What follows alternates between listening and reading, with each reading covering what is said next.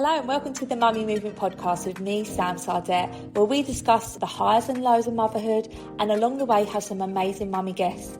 Please leave a great review if you enjoy and follow us on Instagram at themummymovement.podcast for short clips. Or you can watch the full video on YouTube. Now sit back and enjoy.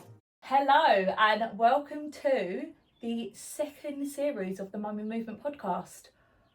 I am so excited because based off how much I just loved the first series and just doing it and getting on some great mums and the feedback and everything, I thought, you know what, I've got to go again. So you're up for another amazing series with some amazing mums, with inspiring stories, with just like from all backgrounds really, but also people you might know, people you might follow on socials. You might just want to listen in to be a bit nosy to see what they're up to. Or there are some amazing stories of mums that have just gone through so much that maybe you can relate to as well. And either way, this is what the Mummy Movement podcast is all about. It's relatable stuff. You know me, if you follow me on Instagram, you'll see I am just keeping it real. And I just want to make sure that we're giving the right voice to mums. Okay, so I just thought I'd just do a little intro to season 2, basically, series 2, whatever it is. I feel like with me, it's a weird one because I'm so active, but then I moan about how active I am. So I'm doing so much while also essentially being a full-time mum as well. It's a hard one. Obviously, I've always been a full-time mum, but I've always craved for something more. So I do my Mummy Movement Fitness, which I've been doing now for 3 years, which is mad. We've just launched, I've launched plans now. I had my app basically for a couple of years, and prior to having my app, I just kept it real. It was like easy to follow plans, emails and everything like that. And then I went on The Apprentice, I pitched my app idea, I came off The Apprentice, I made it reality myself. And I was really proud of myself. And then I soon realised it's just the app isn't working. It's lost its personal touch. And as much as I tried to, it just wasn't the same as what it was before. And the reason I'm bringing this up is because if you're a mum or anyone, a woman in business, anyone in business, don't be afraid to take a step back. Learn from the mistake. I feel like, oh my God, no, I've launched this app. I feel like I'm a disappointment now that I'm now going to go back to basics with it. I'm like, no, that's what I know is better. So, and it has been. So we're doing just personal plans now on my Mummy Movement. Obviously, I've got the podcast, which is great. I run my Instagram as well, which, and a little bit of TikTok here and there, but I'm still quite alien to it. However, I am now also the basically content creator and presenter for the Daily Mail's new family channel on TikTok. And yeah, that came about literally a couple of weeks ago. And yeah, I'm really excited for that, just to dive into it. And it's just literally pretty much what I do, just like family hacks. It's like, honestly, for me, it's just easy. So yeah, I was so excited to be given that opportunity. So if you are on TikTok, it's Daily Mail Family Matters. Obviously as well, this is the Mummy Movement, the Mummy.movement, the mummymovement.podcast as well. And then I am at the mummy.motivator. So I'm doing all that, plus mum life. Do you know what? It's a weird one because I love it, but I'm always torn between just doing the most and like completely sharing my life on Instagram and everything like that, to like just completely going off the grid and doing nothing.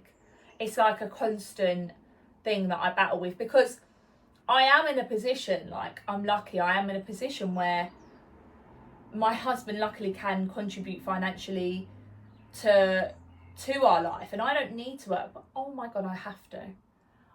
And why would I? For me, the way I'm wired, I was always a businesswoman before. Now my kids are in school and preschool, given Sorella's only in preschool 2.5 days a week at the moment as it stands. And now I'm running all these different businesses, like those 2.5 days are completely filled. she will obviously be upping them soon, but she doesn't start school until next year because she's a September baby. She's so ready now.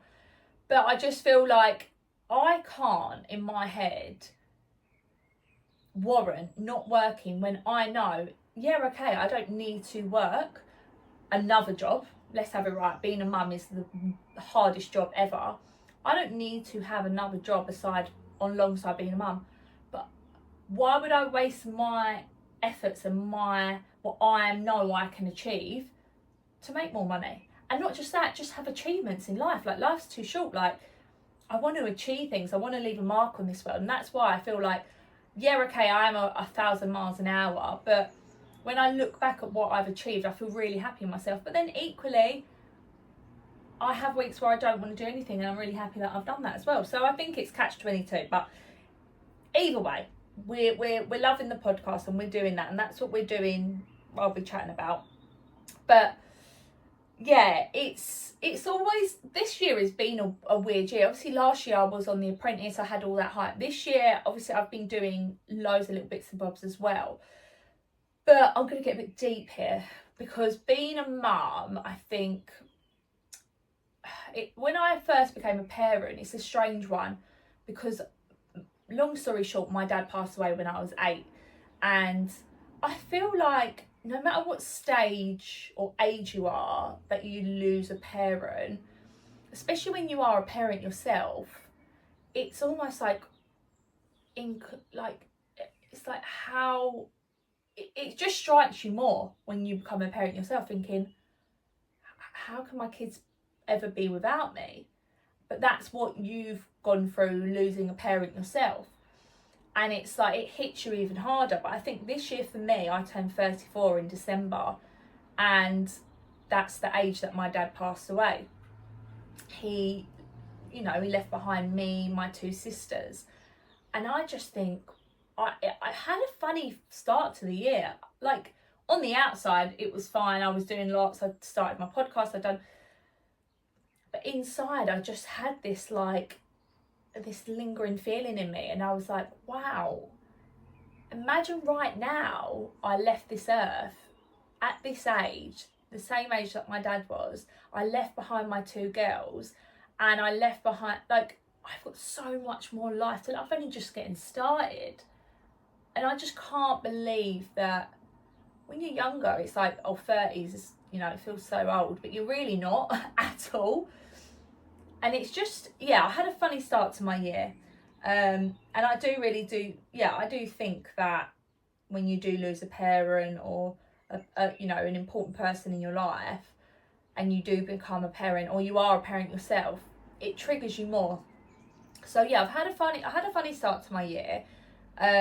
But I've gradually got past that now, and I'm really in a good place. And it's weird with me, because on the outside, and I feel like this with a lot of strong individuals, like, on the outside, everyone would think life and soul of the party, like, so happy, she's got everything going for her, like, nothing to worry about. But on the inside, there are so many internal struggles. But you know what happens is we just lock them away. This is what I do anyway. And I just think, I'm not a moaner. I hate moaning about things. I'm more of a get over it. Like, that's how a lot of us are raised, right? It's the British way. And deep down, I suffer really badly with anxiety in particular. My social anxiety is absolutely diabolical. Like, I know it sounds silly, because anyone that knows me, sees me out and about, or sees what I'm up to on my Instagram and stuff, must think, are you mad? You're social anxiety. You're the most sociable person, like, ever. You're always out and about, blah, blah, blah, blah, blah. But that's the thing. It's that introverted extrovert personality where it's like, if I'm out, once I'm out, I'm fine. It's fine. It's the initial thing. I get triggered, and I don't know why. The second anyone asks me to do anything, or make a plan or anything, it depends on who it is. If I'm really comfortable with them, if it's my husband, or if it's like my best mate or whatever, my mum, whatever, I'm like, yeah, cool, see you in a bit. I don't care, because you know what it is? I think it's the fact that you don't have to make an effort. And I'm just like, I can just be there, even in silence, it doesn't matter. And we can just always be on the same page and just do what we want. It's any other events or seeing anyone else, it doesn't matter how many years I've known them, the anxiety, it hits like a ton of bricks. And my husband, he gets frustrated by it, because the second he says, oh, XYZ wants to do something on the weekend, he knows my initial thing straight away is no. Once I'm actually there, I'm absolutely fine. Don't get me wrong, I do still have that internal, it's like a tightness in your chest. You can't help it. It's so strange. It's so strange. And it's so funny because you go on my Instagram, you see how I am day to day. People know me. The mums up at the school, they would never think I'm like this. Deep down, I'm a really anxious person. I am confident, but that comes with age as well, doesn't it? Like, and years of building that. But yeah, it's just like, in complete honesty, like, it's a battle every day. You know, I've missed out on things that I get peed off with as well because of it. Like, some things I'm happy that I've said no to, but then other things, like, you know, there's been events over the last couple of years off the back of the show, and just in general, like, to be quite honest with you, I am overgoing to events and you know, big things like that. I'm so over it because I've done it for years. Not just like, I'm not saying like just Instagram brand events and things like that, but I'm talking about just in general, like parties, or if you get invited out or whatever else with friends. I'm kind of over it, but equally I have said no to a lot of things, and like, even like going to brand events, I'm like, no, because equally when you are a mum too, you've got to consider a lot. It's like, is it worth leaving my kids for this? Is it worth, you know, stepping out of my comfort zone for this? And these are all the questions you ask yourself before you actually go out as a mum. I feel like men, I don't want to tarnish them all with the same brush, but my husband, if he gets asked to go out, he'll look in the diary, if he's not doing anything, yeah, cool, I'll go. Mums, or me, right, you get asked to do something, right, okay, let me check in the diary, got no plans, okay, let me check I can get childcare, okay, if not, can I bring my kids? No. 2, what are we going to do? Is it worth me leaving my kids? Is it worth me getting dressed up, because I can't be bothered? Is it worth me stepping out of my comfort zone? Like, is it going to be an enjoyable night? Because equally, I'm 34. I've had 20 years, well, to be fair, when we started going out, we probably were about 15, 16. I've had nearly 20 years of doing that. I've spent my whole 20s going out. I've gone to the nice restaurants, I've gone to the nice bars. It's always ends up the same way. You go out, you get pissed, have a nice bit of food, chat the same shit, and then get home, feel shit the next day. And I'm like, I'm bored. I'm bored of it. I'm really bored of it. The only thing that appeals to me now are, number one, if I get to see someone who I really want to see, catch up with a friend or whoever it might be. Or number 2, if it's at a place or a place that I haven't been to before, or if it's something that I really want to visit. And then obviously, if it's worth all those things that I've gone through. We go through so much in our heads before we even try and make a decision on things. So sometimes my husband gets frustrated with me and he's like, oh, come on, I go, you don't get it, because you're just like, yeah, let's just go. But I can't just give that answer. I need to have time to think about it. I've got better. I mean, I know people, like, I won't name names, but I know someone who's close to me and she literally just doesn't even go out anymore. And I think that's the extreme of it, and that's not good. You have to push yourself out your comfort zone, because once you're out, you're fine. But yeah, it's a weird one. No one would ever think that, but my social anxiety is terrible. It's getting better, but it's terrible. I've missed out on things because of it. But then equally, I've also learned that it's okay to give into it, and it's okay to say no if it doesn't serve me. If all those things don't tick the boxes and it's worth it, I'm not going. And I'm very happy not to. I've been invited to a few events recently, and I've not gone. They've been evening events. It means I have to get childcare or leave the kids or whatever. And I know people that have gone And every time I'm like, was it good? And they're like, not really. And I'm like, I'm so glad I trusted my instinct with that. I don't get FOMO. I really don't get FOMO anymore. And I do think that, I don't know, it's an age thing or a maturity thing or whatever it is. Last year I was like, I need to go to every single event, otherwise I'm going to miss out. On what? And then you realise you don't miss out on anything. Anyway, I'm blabbing on. I'm trying to keep this short and sweet. So either way, I've had a funny year, but equally a really great one. And I think it is all about kind of keeping that positive side. The girls are getting so grown up, like Cece's turned 6 and Sorella will be 4 this year. Cece's lost her first tooth. And I was like, what's the going rate for a tooth nowadays? I used to whack it under a pillow and I'd get 50p. So I'm asking my friends, like, what do you reckon? Some of them are saying a £5. £5? I said, I'm not putting paper, no way. I think maybe when they're a bit older and a bit more, I don't know. Either way, she's 6, okay? I found the shiniest pound coin I could find, put it under there, and she was like, wow, what's she going to spend it on anyway? Let's have it right. I could put a fake coin under there and I could say that's a fairy coin. Do you know what I mean? So anyway, I made a bit of a hoo-ha over it. I actually used a company called My Forever Tooth Fairy. They were amazing. They send you a little actual fairy and it comes to life, and when you get your own first tooth, and there's a whole story book, it's beautiful. And it made it really special for her. And I think those little things, I think, oh, do you know what? Yeah, I'm all right, mum. I'm not too bad. So yeah, we've had that little milestone. We went away over Easter. In fact, I had a social media break and I had a break from everything over Easter for like a month, because they were off for like a month, weren't they? And that done me the world of good as well. And I think that's what it is about. It's about, with mum life, with just life in general, especially as a mum, where we've got so much going on, it is about learning to take that break if we need it, if we can afford it, of course. And equally as well, like the kids are full on, so sometimes that break isn't doable.